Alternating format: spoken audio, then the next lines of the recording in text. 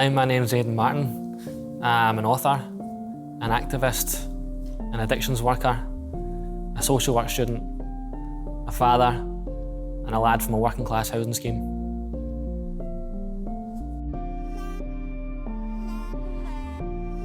So my book, Euphoric Recall, is about many different things. It's about addiction, recovery from abuse, trauma, growing up working class and housing schemes.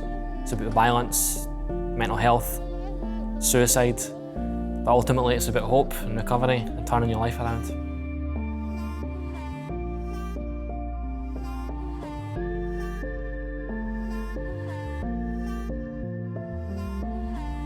So my motivation for writing Euphoric Recall actually began years ago before my addiction started. Before my addiction became really serious, my mother said to me that I always wanted to be a writer. I ended up in a life of addiction, but after I got clean, went through an experience where a family member died, and I just got this overwhelming urge to write. And I came home and I started to write. And, I always say that I'd gone through enough trauma to have lasted 3 lifetimes. And I'd read our books about these kind of experiences, and I thought to myself I could write a book about my experiences. And I just started from there. It just happened to be at the same time there was a drugs death crisis growing in Scotland. It's been happening for decades, but it all came to head right at the same time as my book came out. So the initial desire to write the book came from that family member passing away, and it just snowballed from there.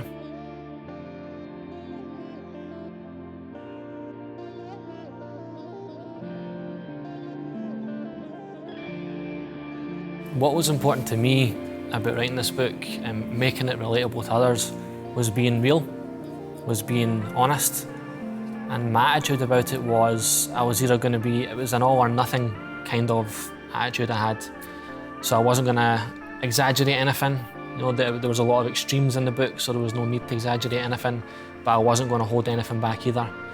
And I think for anyone reading it, whether it's someone that suffered addiction or gone through mental health experiences or grown up in a working class environment, I think what I wanted was them to be able to identify with what I was writing. And for them to identify with it, I had to be completely honest in my style of writing. And that's what I tried to do. I tried to just write from the heart, write in a way that I enjoyed writing, that was enjoyable to read, but was also truthful and authentic. And I think I achieved that.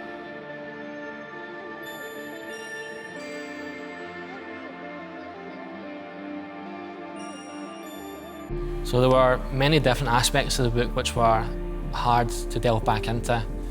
There was a lot of child cancer in my family. It happened twice. I'd gone through a serious trauma of abuse, and I'd done a lot of things I regret, hurt people emotionally, stole from people that mattered to me in my addiction. And these things were hard to go back to and to revisit. But I was in a place in my life where it wasn't self-harming to go back. It was now therapeutic to go back. And again, I wanted it to be a book that people could relate to. And for them to relate to it, I couldn't just tell a story about how good I was doing now. I had to be honest. I had to talk about the things I've done wrong, the people I hurt, the things that were done wrong to me. So that was just my main focus, just to write it in that kind of way.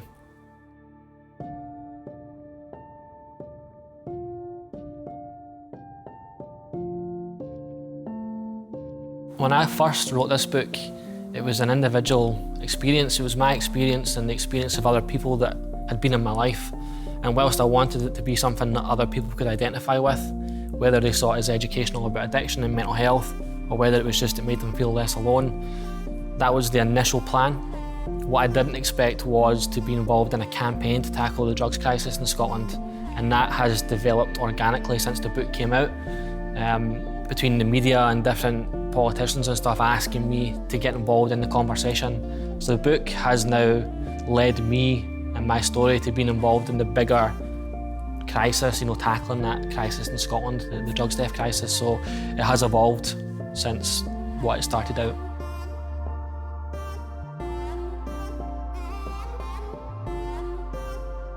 I didn't edit much out of the book, to be honest. There were things I was going to edit out, but during that process with the publisher, we discussed it. When I talked about things like suffering abuse, I didn't describe it in a graphic way. I described it in a way where people could understand what had happened and how serious it was. But I didn't do it in a sensationalist way. So there wasn't a lot of taken out of the book. There were one or two things that I changed. There were certain drug dealers from my past, and I didn't blame them for their role in my past. At the very last minute, there was two of them whose descriptions were quite lifelike, and I changed what their descriptions were. I changed their appearance in the book, purely because I didn't want anyone knowing how obvious it was that I was talking about them. I didn't want any negative attention on them, even though it was a long time ago. You know, my intention with this book was never to point the finger at anybody else. It was just to tell the story of what I'd been through, my role in it and other people's role in it. But as far as editing out, there wasn't too much taken out from what I first created.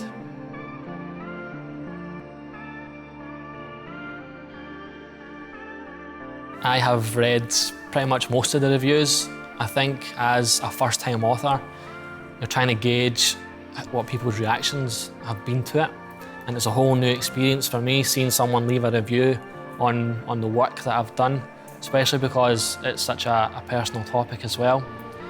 I don't read them in as much depth now as I did in the beginning. I still read them, but as far as allowing it to impact me, when I first read great reviews, I loved them and I still love them. It makes me feel good when people say things like it should be used as an educational piece for students and professionals. That makes me feel very proud. Or when it's helped someone understand addiction or mental health, that makes me feel very proud as well.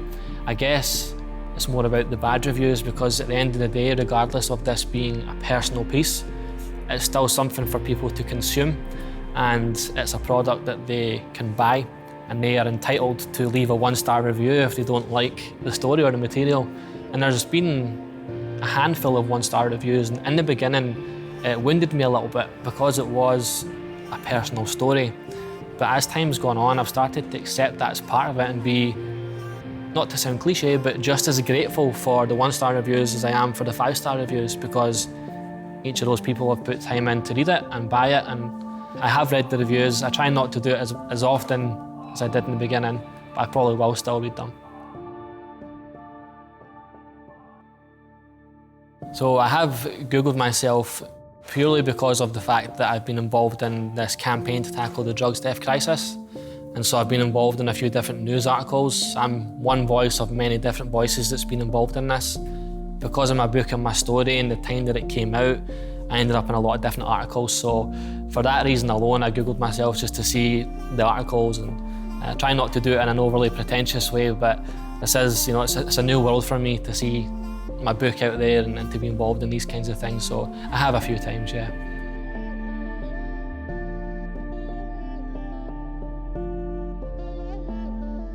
My family have been extremely supportive about the book coming out and the response to it. I have learned since the books came out just how important that's been to me. One example I would give is, you know, my dad, he's not my biological father, but you know, he's the man that raised me with my mum, and part of my book looks at my difficult relationship with him. And he didn't really know about the book until it came out, and his response has been massively supportive towards me. And it's just made me realise since the book came out how valuable that support has been, both to me as a writer and a person that's talking about things I've gone through. They've been incredibly supportive, and since the books came out, that support's been even more so, and it's just showed me how valuable that is. Well, where did I start about Mark? Mark and me have known each other since we were just little kids, kicking about in Ladywell, playing football on grass pitches and building gang huts in the woods. There's about a 6-year gap between us, which in our 30s doesn't really matter, but we grew up together. And it just so happened when I was writing the book that someone suggested to me that I needed a front cover to visualise. Now, I'd always known Mark as someone who was musical, sings, plays, very creative, very just a good human being. And he started doing artwork right as I was finishing my manuscript, and I didn't have a publisher at this point. And I just said to him, I was like, Mark, would you fancy doing me a front cover just so I can visualise something? And he'd done all these sketches for me, and he sent me a sketch. And as soon as he sent it to me, I just was blown away, I was numb. I thought to myself, this is the front cover. This is absolutely the front cover. And I realised in that moment that he was meant to go on this journey with me. And it's gone further than just, he's not just my illustrator or someone I grew up with. You know, as anyone that's read the book will know, I exposed quite a lot of serious things that I've been through and things I've done that I regret. And, you know, Mark's had my back all the way. It's like he's been in my corner holding me up when things have been tough. And so now we're a duo and we're going to work together on my next book, and he's going to do the front cover, my front cover for my next book as well. So he's just an amazing human being. I'm just so lucky and grateful to have him, and I'm glad he's on this journey with me.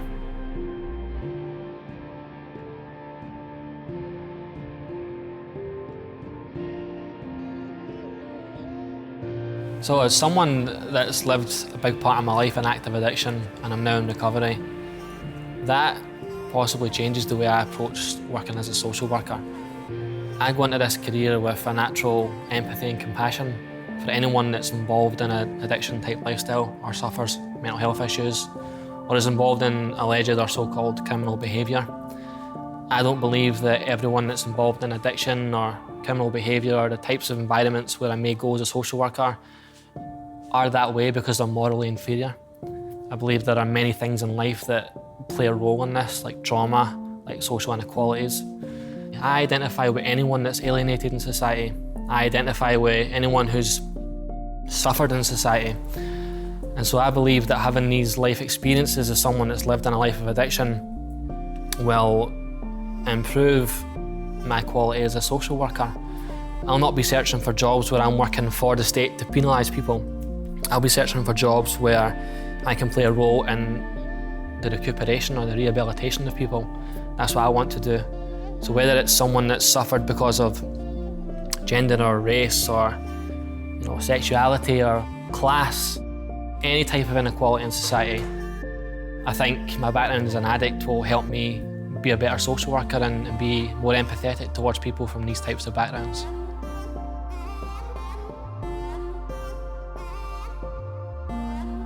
I think in the last couple of months there's been massive progress, at least in Scotland, about the conversations because the government here are saying they want to tackle this as a health problem.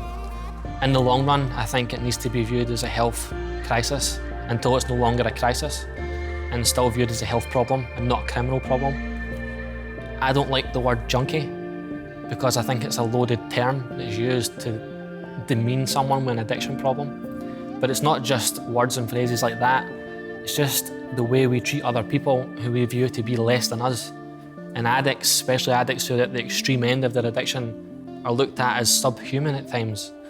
And so as far as the dialogue around it, I think we need to talk about it in the sense that these are human beings who have got potential and feelings and emotions and family members and friends. And addiction can happen to anyone. It could be your parents, it could be your siblings, it could be your children, it could be your neighbours. What I'm getting at is it's someone potentially that you love. So the dialogue around addiction and the problem we're having, I think, needs to be one with compassion and empathy and about how human we are as people. I'm not trying to condone the choices that an addict might make. I made a lot of selfish choices in my addiction, which I regret, but it's still an illness, or it's still a problem. And if you don't believe it's an illness, it's still a problem in society, a wide problem. And I just believe the conversation needs to be one about it being a health problem and one where we treat people like humans and give them options rather than criminalising them.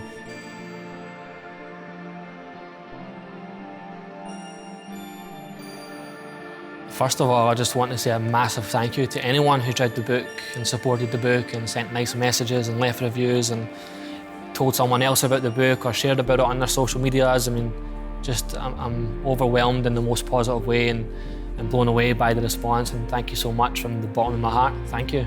Anyone that's struggling, I would simply say this: don't give up. And I don't mean that to be blasé. I know how hard it can be. I know how tough it can be. I've been in the gutter many times. I've been suicidal many times. But what I would say is don't give up. If I'd have given up those times when I wanted to, I wouldn't be here now talking to you. And there were many times other people stopped me from giving up. So if those people hadn't have intervened, I might not even be here talking to you. So please just don't give up, keep going one day at a time.